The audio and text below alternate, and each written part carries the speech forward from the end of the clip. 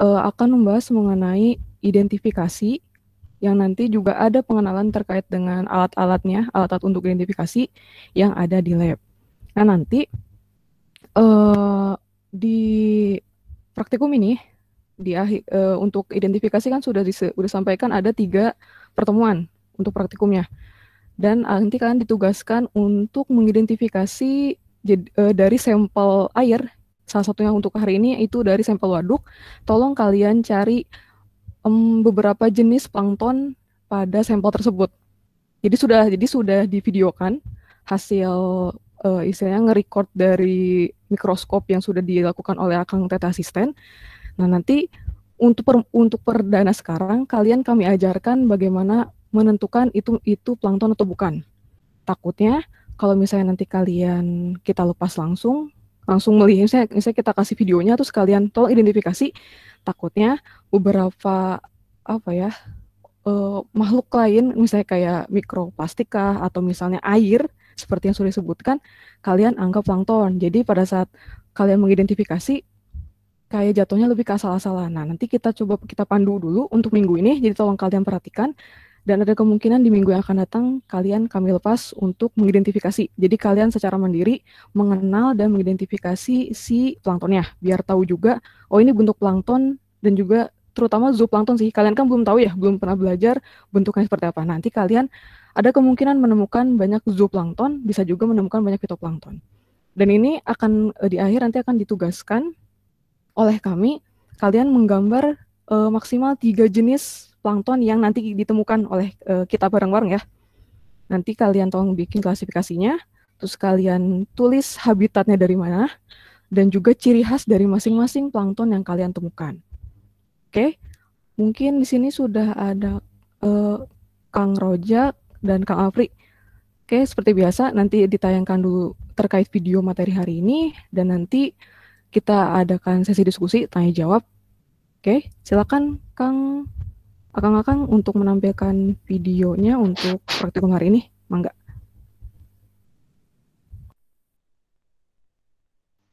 Oke, sebentar ya.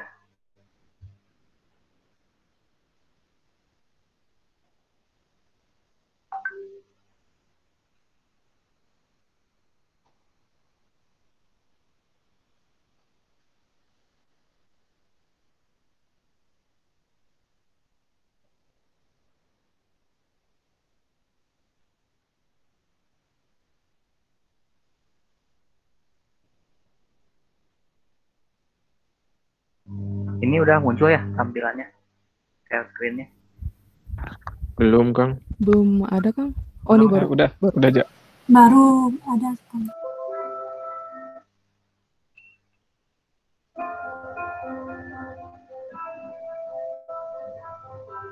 Ada suaranya nggak? Ada aja, ada. Ada.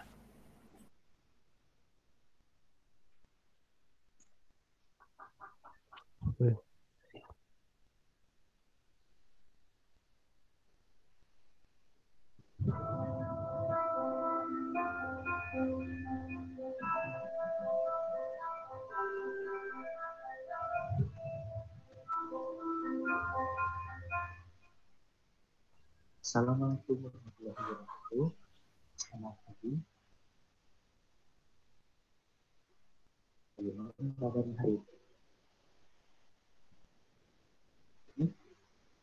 Semoga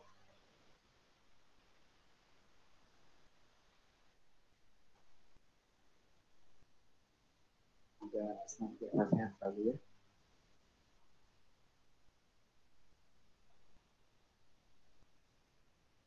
Pada kesempatan kali ini akan menjelaskan materi pengenalan alat pengolahan dalam praktikum planktonologi. Masih materi hari saya. Jadi, bedakannya materi pengenalan alat pengolahan ini agar kedepannya prakteknya diharapkan dapat menggunakan alat untuk mengidentifikasi plankton dalam praktikum planktonologi ini. Kang Roja, suaranya bisa dibesarkan lagi nggak? Sih alat-alat yang digunakan untuk identifikasi plankton itu, yuk kita simak. Yang pertama ada mikroskop. Mikroskop. Untuk mikroskop yang dipakai di FPK itu mikroskop listrik ya, kurang lebih hampir sama kayak gini. Nah, dalam mikroskop ini terdiri dari beberapa bagian. Di atas ini kita bisa lihat ini ada lensa okuler namanya. Jadi, lensa okuler itu adalah lensa yang letaknya dekat dengan mata pengamat. Fungsinya adalah untuk memperbesar bayangan yang dihasilkan oleh lensa objektif. Nah, untuk lensa objektif itu ada di sini. Nih, ini lensa objektif.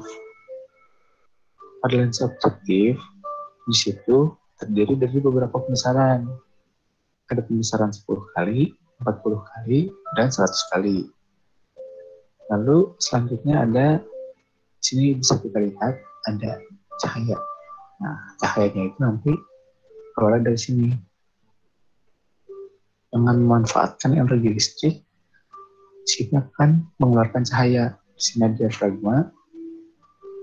Nah, kita zoom dulu. Ini lensa objektif yang tadi disebutkan. Lalu, ini lensa okuler. Ini adalah meja mikroskop atau meja objek. Jadi, di sini itu kalian akan menaruh objek gelas. Objek gelas itu apa sih? Nanti kita jelasin. Pada meja objek ini terdapat penjepit atau bisa disebut juga dengan klip. Gunanya untuk menjepitkan objek gelas yang menjadi wadah atau tempat dari sampel air yang kita akan amati. Lalu di sampingnya itu ada, nah ini ada tuas-tuas nih. Ada tuas-tuas. Kalau untuk ini adalah untuk mengatur intensitas cahaya. Jadi cahaya yang kalian butuhkan itu mau seberapa terang sih, mau terang banget, sedang, atau sedikit redup.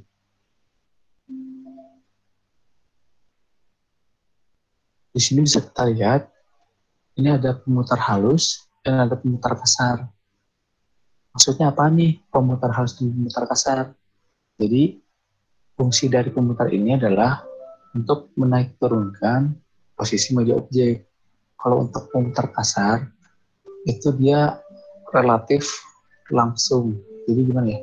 Kayak dia tuh naiknya cepat secara kasar. Jadi benar-benar naik turun, naik turun. Kalau si pemutar halus ini digunakan ketika kalian udah melakukan pembesaran 40 kali nih. Tapi sampel yang kalian lihat di mikroskopnya itu masih ngeblur.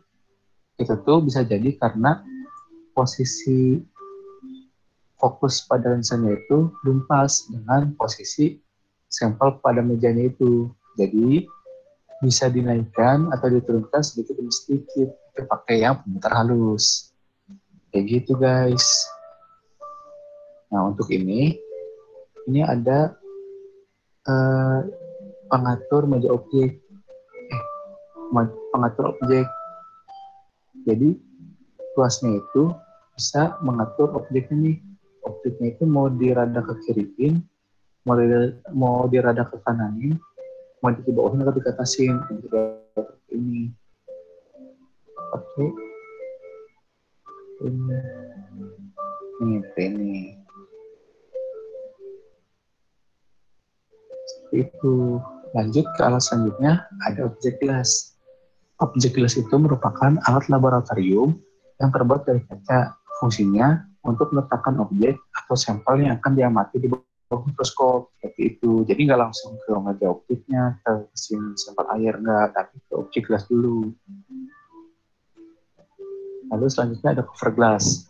Cover glass ini fungsinya untuk melindungi sampel yang telah diteteskan pada objek gelas agar sampel airnya itu tidak menguap atau berceceran kemana-mana. Jadi tetap pada lingkupnya, tetap pada daerah yang akan kita amati. Nah, sifat dari cover glass ini benar-benar tipis ya, jadi tipis banget cover glass itu. Jadi untuk penggunanya itu harus hati-hati, dan untuk menaruh di atas objek gelas dan di atas sampulnya itu harus dengan perlahan, karena misalnya kalian tekan nih, jadi kan ada air tuh, terus kalian kan si fluktuasinya itu terhadap sampelnya, itu bisa jadi airnya itu bakal keluar atau di dalam sampel yang kalian amati akan terjadi banyak gelembung, jadi ada banyak gelembung-gelembungnya. Nah, usahakan saat menaruh cover gas ini harus secara perlahan. Lalu selanjutnya ada pipette test. Pipette test ini berfungsi sebagai alat untuk membantu mengambil sampel air dari suatu wadah. Jadi misalnya kita mau ambil sampel air dari botol, terus kita mau taruh di objek gelas. Nah, itu pakai pipette test. Kenapa? Karena di pipette test ini kita bisa mengambilnya sedikit demi sedikit. Jadi tetes sampai 2 tetes. Karena yang kita butuhkan pun hanya sekitar 1-2 tetes saja. Gitu. Lalu selanjutnya ada counting chamber.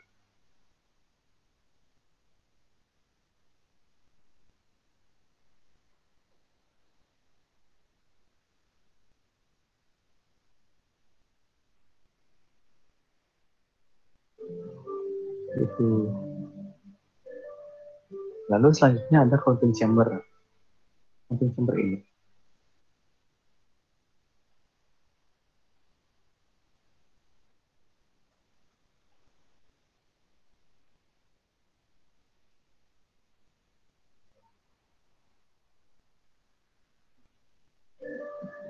Lalu selanjutnya ada counting chamber.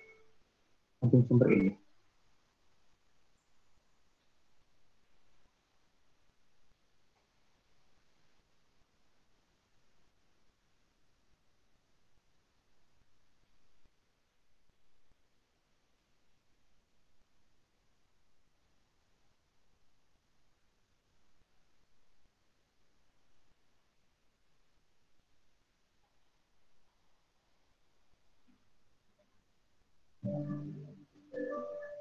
Lalu selanjutnya ada counting chamber. Counting chamber ini berfungsi sebagai alat untuk menghitung kelimpahan plankton. Jadi, mungkin untuk kedepannya akan ada materi tentang cara untuk penghitungan kelimpahan plankton. Kalau untuk sekarang cuma pengenalan aja sih. Jadi itu namanya counting chamber. Berbeda dengan objek gelas. Jadi kalau counting chamber ini, ketika kalian lihat di bawah mikroskop, dalam kacanya ini tuh terdapat beberapa bagian. Jadi ada chamber-chambernya gitu. Nah, di setiap chambernya itu, kita bisa menghitung berapa sih kelimpahan plankton yang ada dalam sampel air tersebut. Itu. Nah, kalian pasti penasaran kan gimana sih cara identifikasi plankton itu? Yuk, langsung aja kita cek misal. Yang pertama, dalam mengidentifikasi plankton, yang harus kalian siapkan adalah mikroskop. Ambil dan siapkan mikroskop sesuai dengan prosedur yang ada dalam modul. Kalau kalian belum baca modul, baca dulu modulnya. Prosedurnya itu, yaitu dengan cara memegang leher mikroskop menggunakan tangan kanan dan kaki mikroskop menggunakan tangan kiri. Tapi ini tuh relatif ya, kalau kalian kidal, ya jangan diikuti. Lalu letakkan mikroskop ini tepat di depan kalian, sejajar. Jadi lensa okuler itu usahakan sejajar dengan dada, agar mempermudah kalian dalam proses pengidentifikasian. Setelah itu, atur lensa objektif. Ini, lensa objektif ke pembesaran 40 kali. Karena untuk identifikasi plankton, kita biasa menggunakan pembesaran 40 kali. Setelah itu, jangan lupa, misalkan lensa okulernya kotor atau ada debu karena kalau di bidang terlalu lama jadi banyak debu, dilap dulu aja lensa okulernya. Misalnya dilap dengan menggunakan tisu atau kain kaca. Setelah itu gimana lagi nih? Setelah itu kita siapkan sampel planktonnya. Di sini kita udah punya objek gelas, cover gelas, dan pipette test. Dalam pipette test ini sudah langsung ada suatu perairan. Kita ambillah perairan itu dari tempat airnya itu dari air kolam depan SBA. Nah, kan di situ kan ada ikannya. Kira-kira di dalam perairan itu ada planktonnya atau enggak sih? Yuk kita cek dulu nih air kolam depan SBA. udah ada sampel airnya ya. Kita teskan kayak sampel air 1-2 tetes. Nah, kebanyakan kan. Lalu setelah sampel air sudah diteteskan, pasang cover glass di atas sampel dengan cara perlahan. Setelah dipasang, siapkan sampel dan taruh di atas meja objek. Taruh di atas meja objek. Nah, ini sudah kita taruh ya guys sampelnya di atas meja objek. Setelah itu, mari kita amati dalam lensa ukuler. Nah, di sini bisa kita lihat nih, ada contoh nih, tapi nggak begitu kelihatan. Coba kita lihat lagi ya. Kita perbesar gambarnya. Ada gambar nih, tapi ini plankton apa bukan sih? Nah, untuk setiap sampel yang kalian amati, belum tentu itu adalah plankton. Bisa jadi itu adalah sampah atau detritus yang ada di dalam perairan. Maka dari itu, kami anjurkan praktikan ketika identifikasi plankton, harap membawa logbooknya. Nah, di sini kita udah bisa lihat nih, ada beberapa gambarnya di sini. Apa aja sih gambar yang ada di sini tuh? Kan bisa jadi ini plankton, bisa jadi bukan. Jadi kalian gambar dulu nih. Setelah kalian gambar, kalian lihat di buku planktonologi dari Sahlan. Di situ udah lengkap banget, mulai dari fitoplankton, zooplankton, ciri-cirinya, terus bagiannya, dan gambar-gambarnya itu udah sangat lengkap. Kalian harus punya suatu acuan yang bisa menguatkan kalian bahwa ini tuh beneran plankton jenis ini. Kayak gitu. Jadi kalian saat mengidentifikasi plankton itu jangan asal. Mungkin cukup sekian untuk materi pengenalan alat dan bahan dan identifikasi plankton ini. Mohon maaf bila banyak salah kata. Assalamualaikum warahmatullahi wabarakatuh.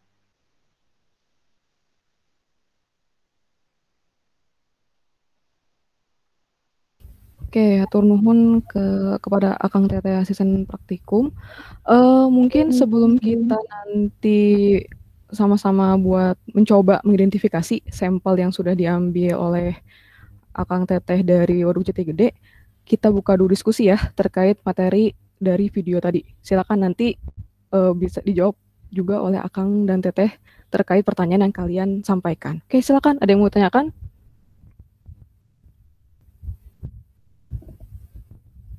Oke, Sopian silakan. Ya Bu, izin bertanya. Tadi kan untuk ada yang di alat-alat ada yang cover glass Bu, yang kecil, yang kotak.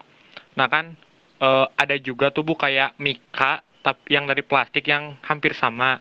Apakah bisa si cover glass itu diganti sama mika yang kecil itu Bu, yang dari plastik? Oke, silakan Kang dijawab pertanyaan dari Sopian, mangga.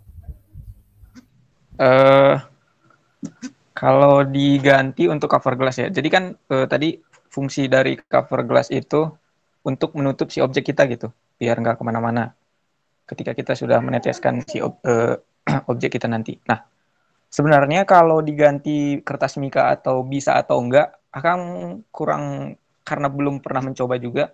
Jadi tidak tahu ya kalau bisa diganti. Tapi kalau menurut Akang sendiri akan ribet gitu untuk kalau diganti. Soalnya kalau cover gelas itu benar-benar kayak gelas, kayak apa ya? Kayak kaca yang memang lurus gitu. Sedangkan kalau kertas mika kan bisa agak bengkok-bengkok gitu ya. Nah, terus kalau kertas mika juga kalau dia kena gores kan itu berbekas ya. Nah, kalau memang kita pakai kertas mika kemungkinan akan mengganggu pas waktu kita identifikasi sih. Soalnya kalau benar-benar kaca gitu kan, sampel di bawah kita itu bakalan tetap kelihatan gitu seutuhnya karena memang benar-benar kaca gitu. Jadi terus ketebalannya juga, ketebalan dari kertas mika sama Mungkin sama, tapi itu tadi sih lebih ke untuk optimalnya itu si cover gelas itu lebih dianjurkan, dan untuk kertas mika sih belum pernah Kang coba untuk diganti gitu. Karena praktikum biasanya juga menggunakan si cover gelas. Mungkin seperti itu Kang. Oke, baik, terima kasih Kang. Oke, berikutnya Rio Vito. Rio, saya penasaran nama-nama kamu. Vito itu dari apa sih? Artinya apa? Vito tuh? Vito plankton bukan kan? Sebenarnya dulu ayah saya kerja di farmasi, jadi Vitonya dari nama kantornya. Oh, gitu. Oke, oke. Bagus, bagus. Oke, silakan mau ditanyakan apa? Mau nanya, ini sebenarnya ada 2 pertanyaan Kang Punten ini mah. Yang pertama, pertanyaannya itu dulu kan pas di SMA juga pernah pakai mikroskop. Nah, untuk melihat plankton ini lebih baik menggunakan pencahayaan kuning atau pencahayaan putih, Kang. Satu lagi sama tadi kan objeknya itu ditaruh di atas di kaca itu baru tutup cover glass. Nah, mungkin aku kurang dengar atau gimana. Kalau yang counting chamber itu fungsinya bukan fungsi, cara kerjanya gimana Kak? Itu Kak, 2 pertanyaan. Kasih. Oh iya, terima kasih. Kang Roja mungkin boleh mau ini dulu. Kalau yang buat apa mikroskop cahaya ini cahaya putih kurang tahu sih kalau itunya. Paling kalau kata saya mah lebih enaknya warna putih, soalnya kalau warna putih itu buat warna planktonnya lebih enak kelihatannya gitu. Terus buat yang tadi counting chamber, cara makanya tuh sama kayak yang objectless, cuman ya peruntukannya aja. Kalau misalkan kita pengen menghitung kelimpahan atau dominasi, pakai counting chamber biar bisa dihitung. Soalnya kan di situ bakal ada kotak-kotaknya, jadi nanti bakal mempermudah kita buat perhitungan nanti. Kalau cara makanya sama gitu.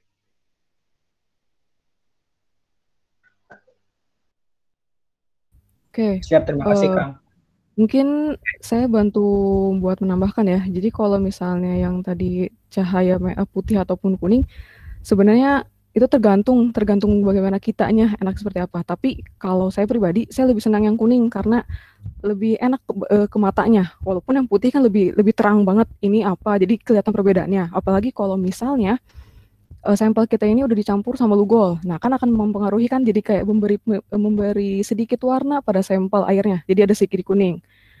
Tapi itu jadi lebih ke prefernya masing-masing seperti apa. Nah, terus kalau misalnya pakai counting chamber itu, nah nanti sebenarnya jelasnya kalian akan mempelajari di mata kuliah produktivitas perairan. Jadi nanti ada kaitannya atau bisanya disebut istilahnya itu enumerasi plankton, perhitungan si masing-masing jenis plankton. Itu juga ada rumusnya.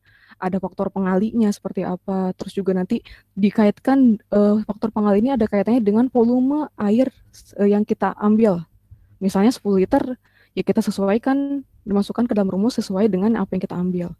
Tapi itu juga realnya kalian mungkin harus, misalnya nanti kalian penelitian terkait dengan enumerasi, harus sabar-sabar. Karena kan itu kecil, kalian harus stay banget di mikroskop, ngelihat satu-satu jenis-jenis plankton, kadang ada yang ketukar, kadang juga mungkin ya kalau misalnya kelewat rada males, ya disamaratakan, oh ini banyak jenis ini, nah itu butuh ketelitian sebenarnya kalau pada saat perhitungan menggunakan counting chamber.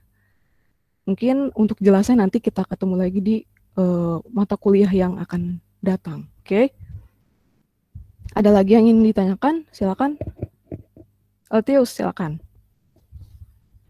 Baik, terima kasih Bu. Izin bertanya, Kang.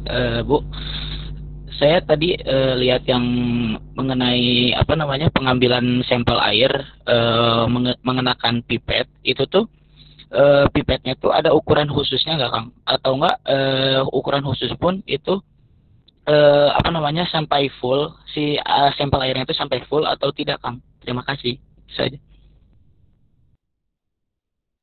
Oh iya.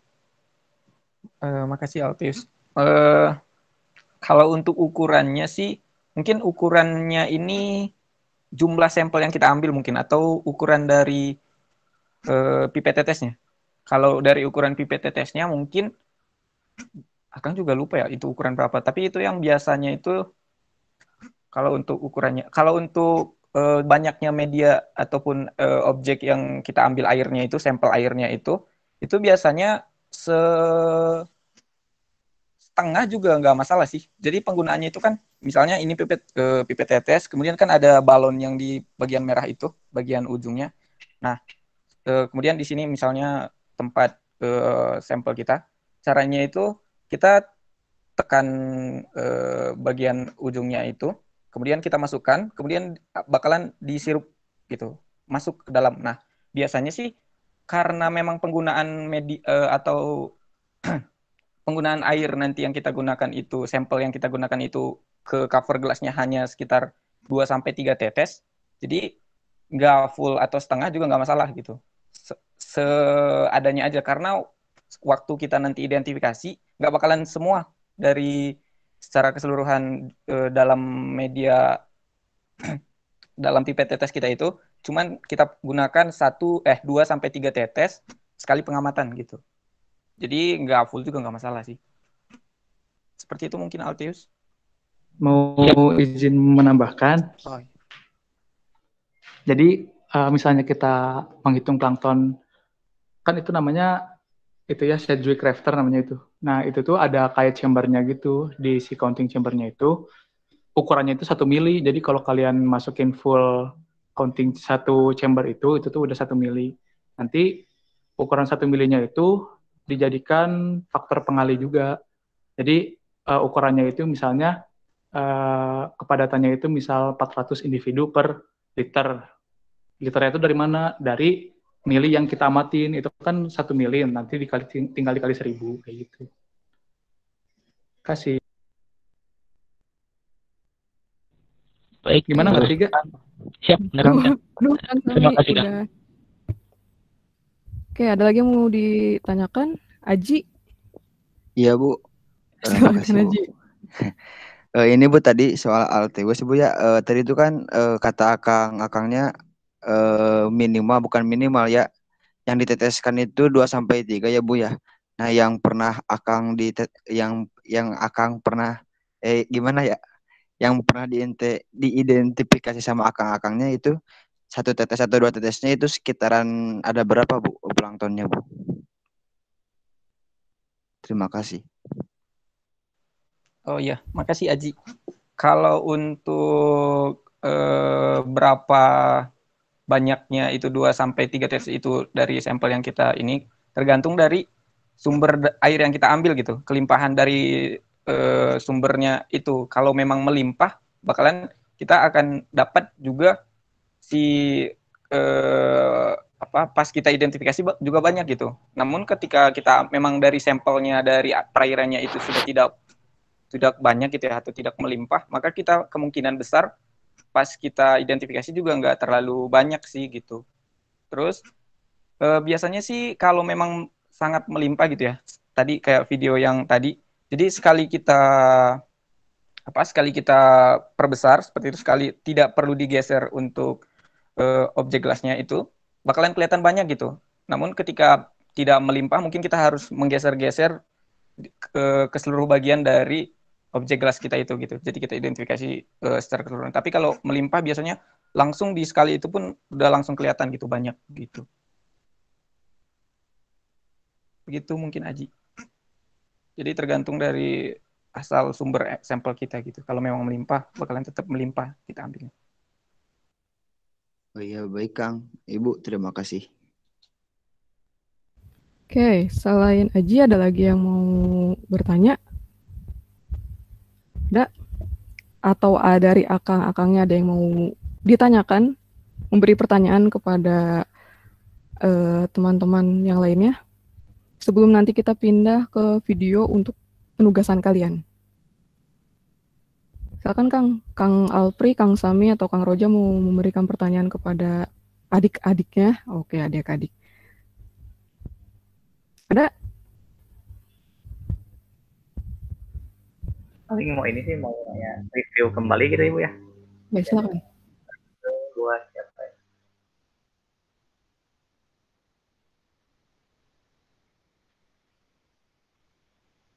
PM ini 185 Bu. Oke, 185 ada di sini. Ya, halo, hadir. Kedengaran kan suaranya, Bu? Sabit, ya kedengeran. Boleh di-review kembali gitu gimana tadi cara sampling, cara identifikasi plankton? Yang saya dapat ya dari tadi saya dengar, pertama yang tentu harus ada mikroskopnya dulu kan ya. Kalau nggak ada mikroskop nggak bisa mengidentifikasi planktonnya. Kemudian yang kedua tergantung dari sampel plankton yang kita ambil dari perairan yang diambilnya. Maksudnya tuh tergantung kelimpahan planktonnya di suatu perairan. Terus ambil dari plankton itu dari sampel yang udah diambil menggunakan pipet tetes sebanyak 1 sampai 2 tetes. Kemudian taruh di objek gelas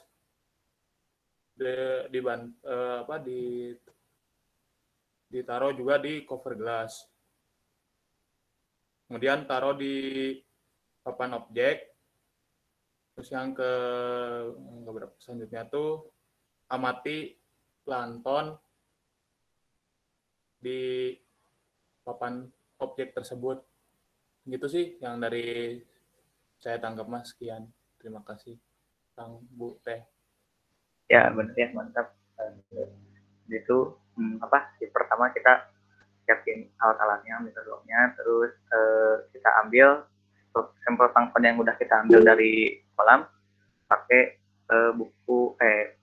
pakai pipet tetes, terus kita tetesin di objek glass, ditutup pakai cover glass, baru kita simpan di papan objek di mikroskop. Nah habis itu baru kita atur nih perbesaran mikroskopnya ke 40 kali biasanya. Baru kita atur jarak dekat papannya sama fokusnya juga, terus intensitas cahayanya juga. Nah baru kita cari, dilihat dari lensa okuler. Kalau udah dapat nih, ini dapat plankton atau apa, digambar di logbook atau di kertas. Baru kita cocokin dengan buku planktonologi yang karantina Sahlan. Gitu ya. Oke. Tadi saya sekilas dengarnya yang pada saat Sabit membicarakan itu mikroskop ya. Saya dengarnya Microsoft. Saya beda. Hati-hati, takutnya saya doang yang dengar. Tapi saya tadi kalau tidak salah dengarnya kamu tadi Microsoft atau mikroskop apalah. Jadi tolong pelafalannya benar ya. Nah, terus saya mau tanya kepada kalian. Kenapa untuk praktikum kali ini di semester ini kalian dianjurkan untuk tahapan mengidentifikasi plankton. Kenapa tidak langsung saja ke tahapan perhitungan jenis plankton? Ada yang tahu jawabannya? Silakan jawab. Dasarnya ini tuh kenapa harus mengidentifikasi dulu? Kenapa nggak langsung aja ke perhitungan jumlah planktonnya? Ada yang tahu? Izin menjawab. Izin jawab. Tius dulu. Mungkin karena belum tahu bentuk-bentuk dari plankton itu sendiri, Bu. Jadi takut salah perhitungan. Begitu aja, Bu. Oke, nggak salah.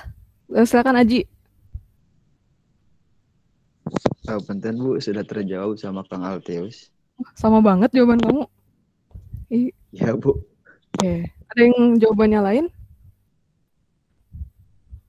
Ada? Izin jawab, Bu. Oke, Raisya dulu ya, baru Henry. Supaya kita tahu itu plankton atau detritus atau apa, biar nggak asal dihitung semuanya masuk gitu. Oke, jawaban dari Henry gimana? Jawabannya nggak beda jauh sih Bu, jadi kayak tadi yang jelasin pas awal di video, kan biar bisa mengetahui itu tuh plankton apa sampah gitu Bu, gitu. Oke, ya, tolong ngomong sampahnya jangan terlalu menekankan ya. Maaf Bu, maaf. Nggak apa. Oke, Yoga silakan. Ada mungkin ada jawaban lain? Oh iya Bu, jadi dalam mengidentifikasi plankton kita jadi mengetahui Bu, bisa mengetahui dan dapat menentukan jenis-jenis plankton yang terlihat pada mikroskop dengan melihat morfologi bentuk tubuh, struktur tubuh, dan warna pada fitoplankton maupun zooplankton, Bu, meren. Oke. Ada lagi? Oh, Rama, silakan. Terakhir, Rama. Izin menjawab, Bu. Jadi yang pertama biar tahu dulu jenis planktonnya kayak apa. Terus yang kedua, seingat saya ya dari materi semester 1 itu, plankton itu kan saya lupa ya ada 3 atau 2, fito, zoo, satu lagi yang mana. Nah, di air itu kita harus tahu dulu jenisnya apa. Nah, setelah tahu jenisnya, oh si anu, berarti plankton yang anu lah pokoknya. Nah, kalau kita udah tahu itu berarti, oh di perairan ini banyaknya ini, berarti si ini gunanya buat ini, begitu. Gitu sih kurang lebih kalau dari saya, Bu. Jadi jelas gitu, karena tiap-tiap plankton hitungannya beda-beda gitu, Bu. Oke, biar tahu ini. Oke, saya paham maksudnya ini tuh apa. Ya, semuanya benar jawabannya. Berarti kalian istilahnya kalian paham kan kenapa kami memberikan dulu identifikasi sebelum kalian menghitung. Kan takutnya nanti, apalagi nanti kalau misalnya kalian kerja mungkin di LIPI atau di mana yang terkait dengan identifikasi, dikasih tugas sama bosnya, tolong menghitung ini. Identifikasi aja kalian belum tahu. Tiba-tiba kalian menghitung semua sampah, terus termasuk gelembung air pun kalian hitung. Ini maksudnya di sini, padahal bukan jenis plankton itu beda, bukan plankton. Nah, itu salah satu tujuannya dan kegunaan untuk praktikum hari ini kita sampaikan. Ada yang mau ditanyakan lagi dari Akang Tetehnya kepada adik-adiknya? Oke, ya. Bu, ada? punten, Bu. Ya. Di chat ada pertanyaan dari Kang Irfan, Bu. Oh, bentar.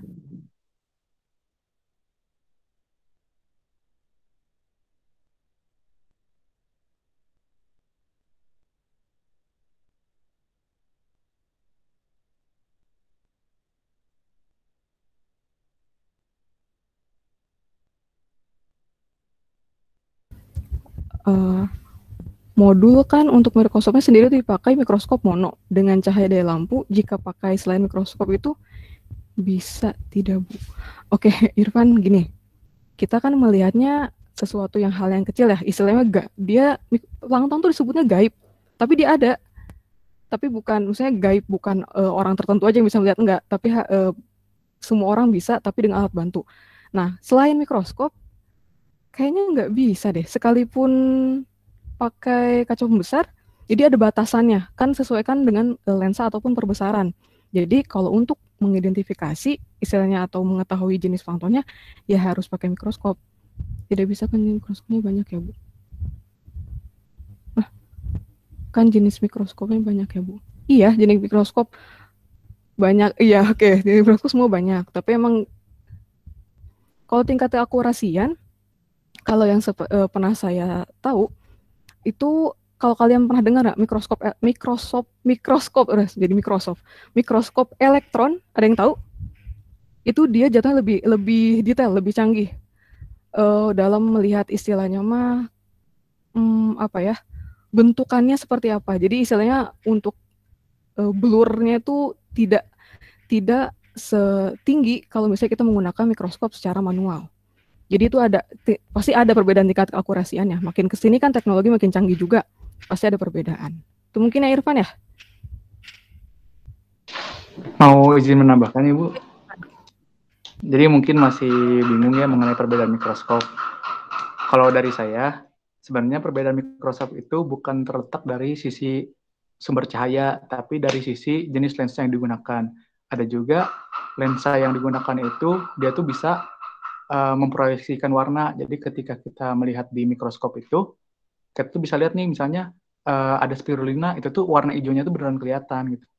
Jadi untuk perbedaan mikroskopnya itu, buat melihat tingkat keakurasiannya itu bukan dari sumber cahayanya, tapi jenis lensa yang digunakannya.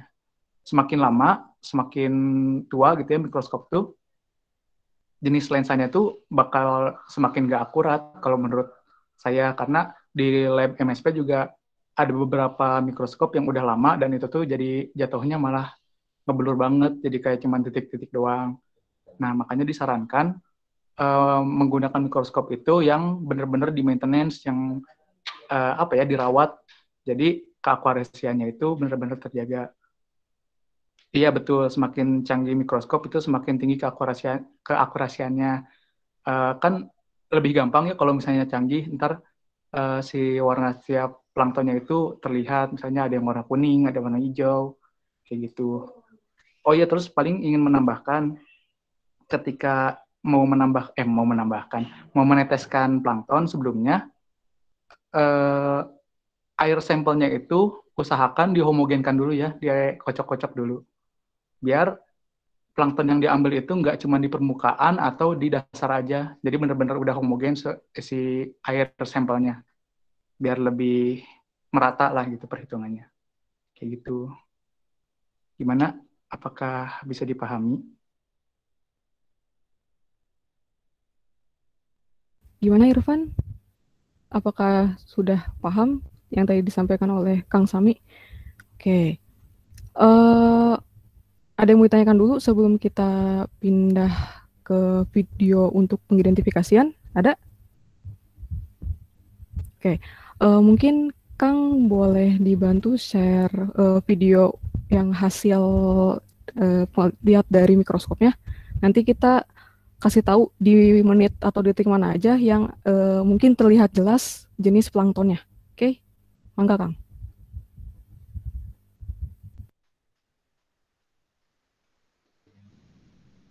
Nah ini nih, udah muncul ya gambarnya? Sudah Kang. Siap, sudah Kang. Sudah Kang. Nah ini tuh sampel yang kemarin diambil ya, tim apa dosen kemarin yang dari Waduk. Nah ini kita lihat nih, kalau yang gelembung tuh yang bulat-bulat yang bulat-bulat besar, itu tuh gelembung air. Kalau yang planktonnya ini banyak banget. Kalau misalkan kita perbesar, ini tuh yang garis-garis tuh plankton. Soalnya kan kalau misalkan kita pengen tahu nih mana yang bukan, tuh biasanya ciri-cirinya tuh mereka bentuknya tuh sama. Kalau misalkan banyak gitu, kayak gini kan ini banyak, terus kita ngeliat bentuknya sama-sama, nah itu ada kemungkinan kalau itu tuh plankton. Nah itu yang garis-garis ini tuh dia yang pendek-pendek, nah yang kecil-kecil kayak gini. Kang, boleh ini nggak sekalian mungkin dikasih tahu, ini planktonnya. Jadi istilahnya buat mereka biar tahu dulu bentukannya kayak gimana, tolong kalian catat ya namanya, karena nanti kalian diminta untuk mencari gambarnya dan klasifikasinya. Oke. Coba tadi kalau nggak salah di detik ke-39, udah kayak pakar matematika. Coba detik ke-39 dulu. Nah itu yang kecil-kecil, garis-garis kecil ini. Oke. Nah, terus di bagian yang bawah ada lagi nih. Apa coba? Kalian kemarin belajar pas Pak Chandra menyampaikan. Yang kayak roda gigi gitu. Ada yang tahu? Coba kalian belajar. Tebak aja yang kalian pernah lihat kemarin, kan kalian sempat bikin 2 PPT. Nah, pasti kalian menemukan jenis plankton ini. So, tebak aja namanya. Navicula bukan, Bu? Bukan. Namanya, kalau kalian masih ingat iklan susu zaman dulu, itu hampir sama, cuma beda namanya di belakangnya. Coba. Ya, oke, ada. Bukan Prenagen ya. Apa itu yang lain? Coba kalian. Nama planktonnya. Ada yang tahu? Kemarin ada kok di PPT kalian. Yang Basilo bukan, Bu? Dia maksudnya ke Chlorophyta apa ya? Saya lupa lagi. Basilo atau apa? Cuman jenis ini kemarin banyak banget ada di PPT kalian dimunculkan. PPT ke berapa ya? Ke awal-awal yang bukan kalian presentasi. Ada. Coba sambil kalian belajar juga. Ayo. Mirip-mirip sama nama susu. Masuknya ke Cyanophyta berarti, Bu? Kloro. Bukan cyano, bukan. Kloro. Daphnia atau apa, Bu? Bukan, Daphnia itu zoo. Ini itu. Bukan Rio fitoplankton. Oke, apa? Ayo, bilangin clue-nya adalah merek. Protococales, Bu. Bukan. Bukan. Payo. Pediasur kalau diganti Pediacoccales, Bu. Bukan. Kokalis kan bentuknya bulat-bulat. Ini ada ininya, beda lagi. Kayak gerigi nih, kayak Pedia. Bukan. bukan pedia plankton. Umum sekali ini. Ayo apa ayo. Nah, Rizky Prananda, coba jawab. Jangan di chat. Saya mau dengar suara kamu. Pediastrum, Bu. Pediastrum, Bu. Betul, Pediastrum. Makanya kalian tuh pokoknya cari inisialnya namanya tuh yang kalian menggampangkan aja. Kalau saya lebih gampang karena dia deket-deket nama saya Pediasure, ya tinggal diganti aja belakangnya Pediastrum. Itu tolong kalian catat namanya Pediastrum SP, kalian cari gambarnya, kalian gambar, kalau perlu kalian warnain. Tapi jangan sen kalian, misalnya warna-warni biar colorful dan biar lebih ceria. Enggak lah, konsepnya kita bukan warnai. Kan kita bukan kontes juga ya. Ya tolong kalian warnanya sesuaikan dengan warnanya dia. Oke, namanya Pediastrum SP aja. Kalian cari kualifikasinya, habitat, dan juga ciri khasnya. Itu baru kita temu satu ya. Maksudnya yang jelas, cukup jelas untuk kalian. Walaupun ini yang kecil-kecil ada, cuman belum terlalu, kalau di saya nggak terlihat jelas. Nah itu, oke Kang, bisa maju lagi ke 428. Ibu mau izin menambahkan. Oh iya, silakan. Jadi kan buat Pediastrum itu ada beberapa jenis juga. Nah, kalau di sini kalian praktikum sebutin aja semuanya Pediastrum SP, tapi padahal mah Pediastrum itu ada beberapa jenis. Yang tadi itu Pediastrum duplex. Ciri Pediastrum duplex itu dia roda giginya itu dalamnya tuh nggak bolong. Jadi ada rongganya gitu. Cuman kalau misalnya dalamnya tuh bolong, cuma durinya tuh cuma di luar doang, itu namanya Pediastrum simplex. Cuman misalnya di praktikum ini kalian sebutinnya Pediastrum aja, misalnya ada yang nembus roda gigi kayak gitu, tulisnya Pediastrum SP. nanti bakal ada ya Kang ya yang apa simplexnya juga ya. Betul. Ada. Tapi kita ke 428 dulu.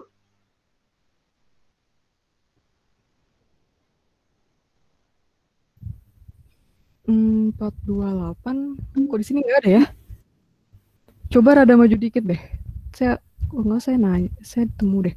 Oh, kelihatan nggak sama kalian yang ada tanduk-tanduknya itu?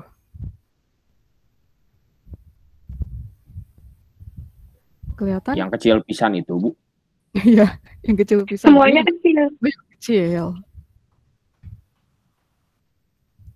Coba Kang bisa, nah itu ada banyak, itu 1, 2, ada tuh di sini juga 2, 3, 4, 5 banyak. Ada yang bisa nebak itu apa?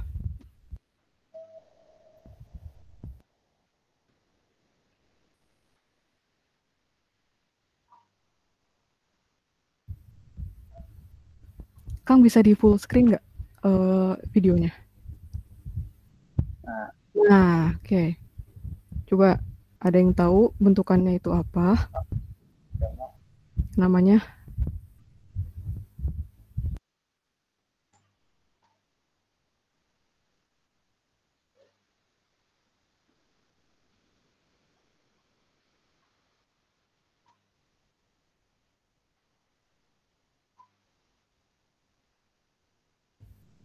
Sok ada yang mau coba menjawab seperti tadi lagi?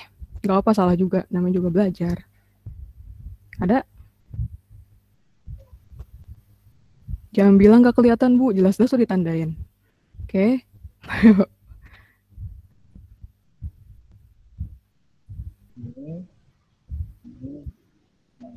Bukan polvokales, bukan. Nah, bukan Coepoda tuh. Coepoda mau berbuku-buku. Dia Tetrasporales, Bu. Tetrasporales. Bukan. Coba.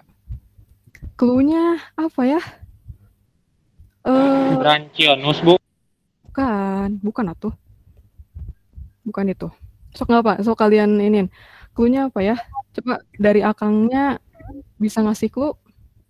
Filmnya Bu, dari filmnya gimana? Boleh. Ini siapa sih yang ngomong tadi? Maksudnya clue-nya dari filmnya. Oh, kalau saya sempat identifikasi ini masuk ke Korovita. Coba dari Kang Sami atau Akang yang lainnya bisa kasih clue buat ngebantu. Soalnya kalau saya temu ini bahasanya cukup apa ya yang mau saya cluein? Ada Kang? Atau dari Kang Sami ada yang bisa kasih clue-nya Kang?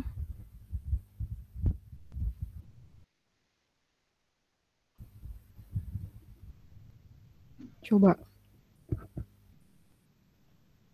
Kalau gini, kalau ini sepengidentifikasian saya ya, saya melihatnya bentukannya jenisnya Straurastum. Straurastum, ya.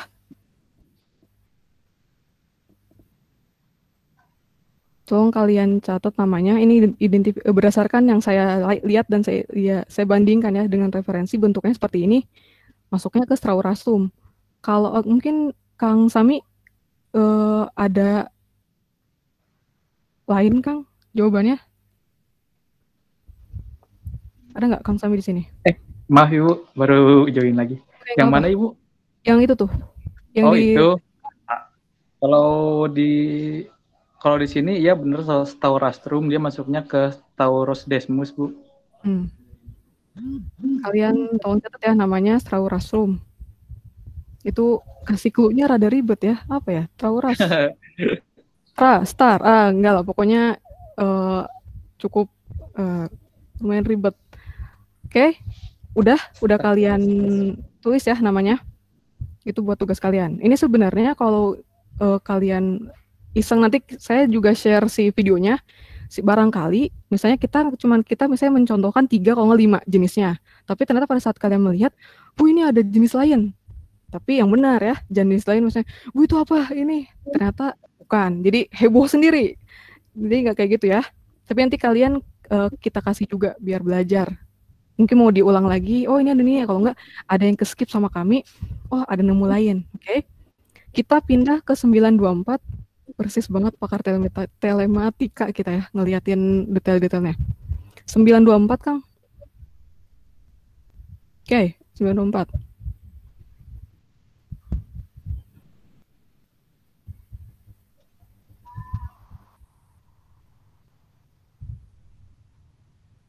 Oke, sabar ya. Masih loading.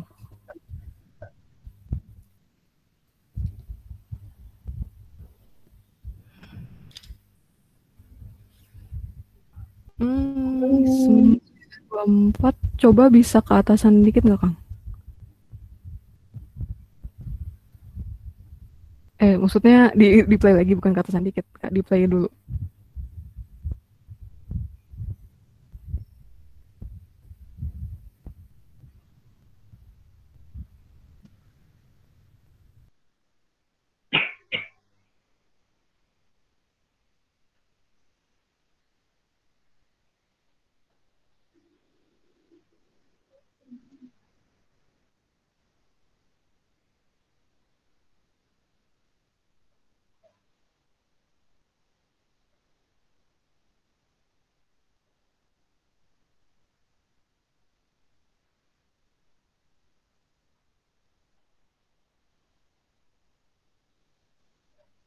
Di 925 kalau nggak 931 deh. Dia kelihatan ininya. Kalau tadi saya sempat ngecek juga videonya. Coba. Untuk yang 925 atau 31 ini dia masuknya ke zooplankton. Kalian tinggal tebak aja. Nah, oke, itu. Coba jelaskan ya, dilihat sama kalian. Oke, ada yang mau coba menjawab itu apa?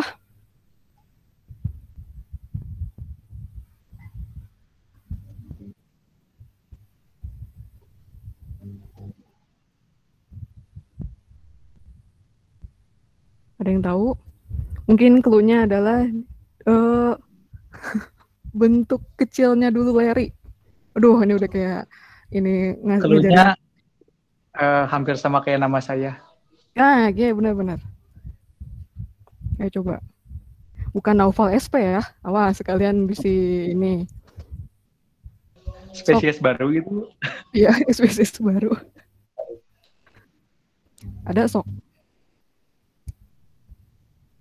Ini salah satu tahapan jenis udang-udangan mungkin atau sejenis lobster yang leri gitu. Coba kalian. Tadi sempat ada yang jawab kalau tidak salah, tapi di awal. Bukan Nautilus. Kopepod, Bu. Ah. Kopepoda. Ya, tapi nama ininya, nama jenisnya.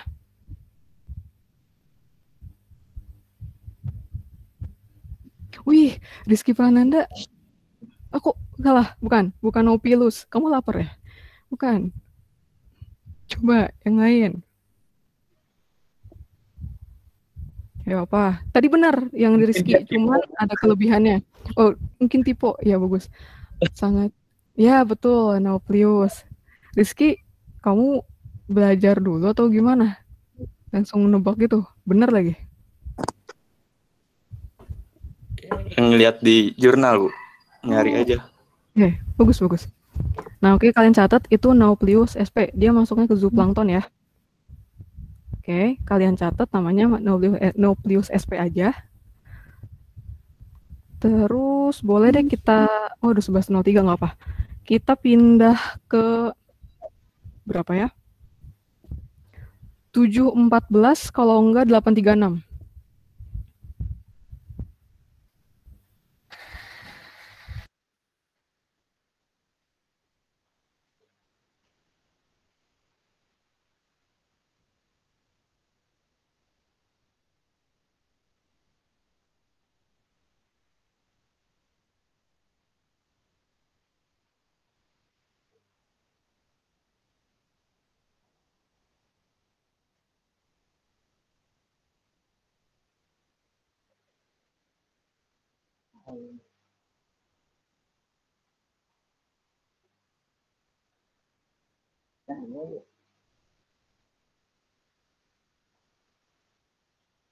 Ya, itu.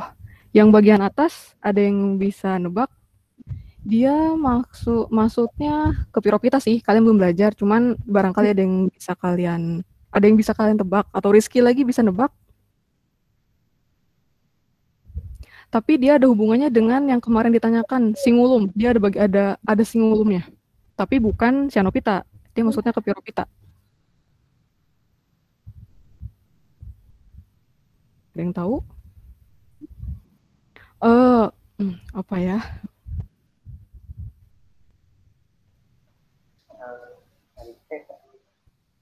Clue-nya apa ya? Dinoflagellata, Bu. Ya, tapi nama jenisnya. Ada. Dari C depannya. Kalau Kang Sami, itu identitasnya apa, Kang? Takutnya beda dengan saya. Iya, Bu, sama Bu, dari C. Oke, dari C. Ceratium bukan, Bu? Wih, ya, tuh. Seratium. Bukan Ceratium ya, Seratium. Oke, namanya Seratium SP. Oke, itu tadi kan total ada 4 ya? Yang kalian tulis. Nah, sok nggak apa, 4 dulu aja. Yang ini kalian terserah, pokoknya kalian maksimal menggambar 3 dari hasil identifikasi. Nah, ini tahapan untuk identifikasi ya. Nanti untuk minggu yang akan datang, 2 minggu yang akan datang, kita bisa mencontohkan 1. Nah, sisanya mungkin kalian yang cari sendiri. Jadi kalian sekalian belajar juga buat mengetahui, oh ini jenis-jenisnya. Gak apa salah pun, tapi misalnya kalian penasaran, boleh kalian tanya ke akang-akangnya, atau ke saya juga boleh, Bu ini bener nggak yang plankton, atau mungkin ada yang lain. Kang Sami, ada yang mau ditambahkan, Kang? Mau izin share screen, Ibu? Boleh, silakan.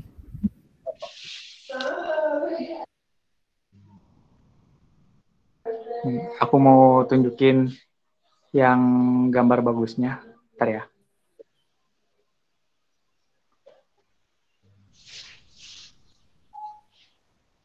Udah ada belum? Share Udah, Kang. screen-nya? Udah. Nah, habis baterai. euy. Nah, ini lebih jelas nggak kalau di sini? Nah, yang Serapiumnya adalah Nah, ini ada Serapium. Tadi ada yang jelasin sama Bu Fitri juga. Terus di sini ada Euglena. Ada beberapa Nisia. Nah, yang kalau di depan mikroskop itu susah bedain mana Nisia sama Navicula kalau depan mikroskop ya. Mikroskop. Paling bedainnya ketika ada yang garis-garis, ini kan banyak yang garis-garis tuh. Kalian pasti bingung ini apaan sih, sebenarnya sampah bukan gitu. Bukan sampah, itu masih plankton juga. Nah, misalnya ada garis terus ada ruang kayak tabung di dalamnya, itu tuh Navicula. Itu tapi tabungnya itu hampir ke seluruh panjang dari planktonnya. Cuma misalnya sebagian doang tabungnya, itu tuh Nisia. Nah, di sini juga aku mau ngasih nama-nama plankton yang ada dalam sampel ini. Kalian bisa screenshot dulu aja nama-namanya. Mana ya? Hilang. Bentar. Di unscreen dulu.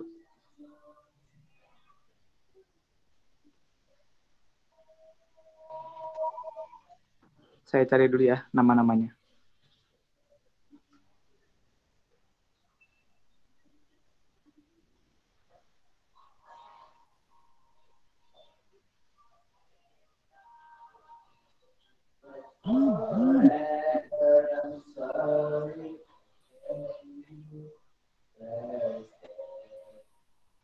Nih.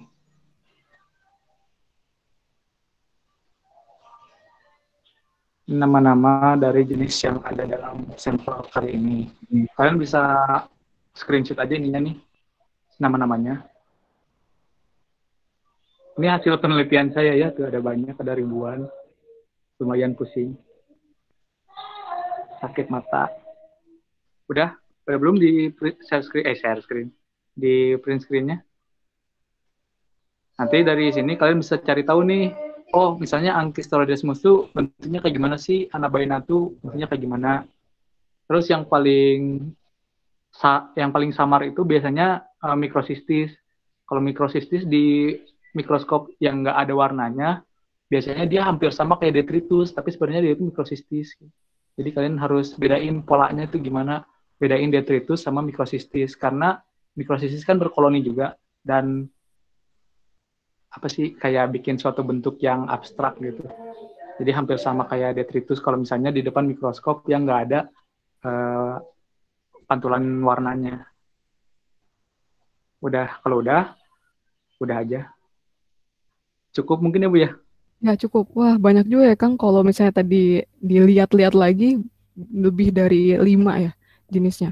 Nah itu yang tadi Kang Sami share, kalian boleh pilih. Itu lebih mudah kan? Kalian tinggal memilih maksimal 3 saja. Atau misalnya kalian, karena saya sudah berhubung misalnya, saya sudah melihat wujudnya Bu, berarti buat meyakinkan pada saat saya mencari, hasilnya pasti sama dengan ada di gambar. Nah itu boleh, terserah kalian. Pokoknya 3. Terus kalau misalnya ada yang nanya, Bu, dikumpulin kapan? Nanti akan kami kasih tahu. Jadi tolong kalian, ini gimana kalian, kita kembalikan kepada kalian mengerjakannya mau segera mungkin bagus, kalau misalnya dientar-entar boleh, jadi numpuk. Ya, dan kapan dikasih taunya, mungkin kapan ya, ntar deh saya kasih tahu aja. Pokoknya surprise buat kalian, tiba-tiba tugas banyak aja, oke? Mungkin ada tambahan dari akang-akangnya untuk praktikum hari ini. Silakan Kang. Udah cukup sih Bu, kalau dari Noval mah. Ya. Dari Kang Roja, dari Kang Alpri ada yang mau ditambahkan? Silakan. Sudah cukup Bu kalau dari saya. Oke. Oh iya, absen ya. Kang Roja ada Kang. Tadi Kang Alpri ada Kang Roja sih yang ngomong. Yang mana Bu? Yang tadi sudah cukup Kang Roja. Alpri. Kang Roja udah ada yang mau ditambahkan? Ada yang mau ditambahkan? Oke. Itu juga. Oke, siap. Ini untuk absensinya. Hari ini kita nggak ada kuis, jadi kalian aman. Oke. Jadi nggak kedeteksi antara yang kalian tidur dengan yang isi absensi. Saya kasih ya udah sok mangga lah. Pokoknya yang penting kalian mengerjakan tugas. Belum tahu pertemuan yang lain. Oh iya, di gambarnya kertas apa? Bebas di kertas, enggak, di kertas HPS aja deh. Tapi kalau formatnya, kalian lihat di modul kan ya, di bagian akhir, itu ada kayak kotak-kotak khusus gambar, terus kebanyakan klasifikasi, di bawahnya habitat dan ciri khusus, itu boleh pakai yang itu aja. Tapi gambarnya pakai tangan. Saya tekankan lagi ya, takutnya nanti, Bu, misalnya pinter-pinter kalian misalnya ngambil dari gambar, terus kalian black and white-in, atau nggak grayscale, seolah-olah itu hasil kalian tulis atau gambar. Nah, itu jangan ya, kalau sampai ketahuan, kalian tahu konsekuensinya apa. Oke, jadi pakai kertas HVS ya. Gambarnya nanti di deadline-nya, iya nanti Aji. Pokoknya ini Aji dulu aja, terserah mau dikerjakan kapan, deadline-nya akan kami sampaikan kalau sudah waktunya. Pokoknya tiba-tiba tugas banyak aja, terus nanti kalian tiba-tiba ada yang menghilang atau misalnya enggak ketang, itu mah bercanda. Takutnya kalian kalau misalnya saya kasih tahu deadline-nya sekarang, kalian terlalu buru-buru dan nggak jelas gambarnya. Nah, saya minta tolong kalian, kalau yang bisa gambar, tolong dibagusin ya gambarnya. Barangkali nanti jadi untuk rencana bikin buku, ya gambar kalian akan dipakai juga di buku itu. Oke, jiplak ya, ya Allah. Kamu tuh udah usia berapa? Masih jiplak? Maksudnya kamu ngeprint terus kamu jiplak gitu? Kayak gitu Farhan maksudnya? Gak akan jelas sih kalau gitu. Enggak Bu, nggak gitu Bu. Oh, tapi sebenarnya nggak masalah sih mau ini juga. Yang penting mah rapi aja ngeprint, kerjanya boleh kan Bu ngeprint? Iya boleh diwarnain. Boleh di print lembar kerjanya. Ya, boleh di print aja.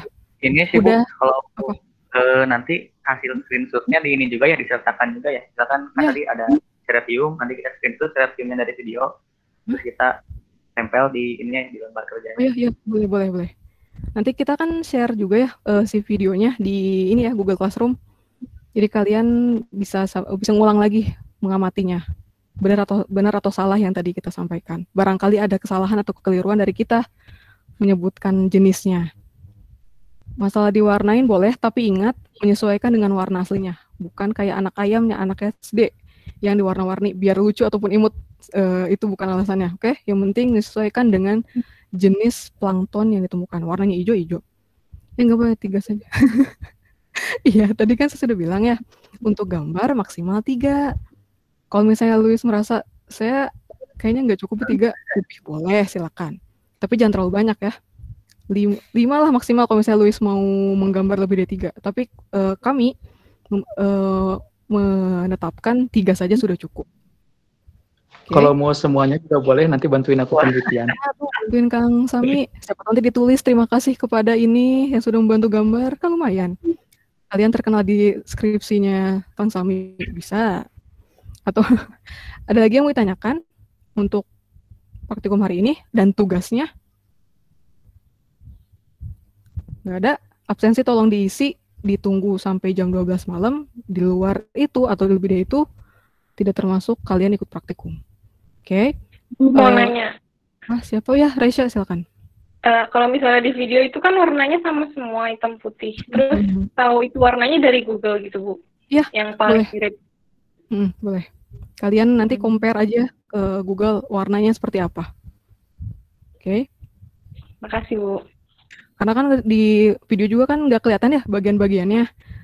Ada bagian, kalau misalnya kalian boleh juga sih misalnya kalian menambahkan per bagiannya. Apalagi kan kalau untuk Nautilus itu bagian-bagiannya cukup banyak. Namanya misalnya antena apa, terus posterior, anterior apa, itu boleh. Itu juga bagus banget kalau misalnya kalian mau menambahkan detailnya dari gambar kalian. Oke. Mungkin itu aja dari kami ya. Mohon maaf jika ada kekurangan ataupun kesalahan dari segi penyampaian atau dari segi bahasa, mohon maaf jika ada kesalahan. Sekian dari kami. Assalamualaikum warahmatullahi wabarakatuh. Tetap jaga kesehatan kalian. Sampai bertemu di minggu yang akan datang. Oke? Siap. Bu. Terima kasih. Siap, Bu. Terima kasih, Bu. Siap, Bu. Terima kasih. Bu, terima kasih. Bu. Izin live, Bu. Assalamualaikum. Ya, ketahuan mana yang tidur nih.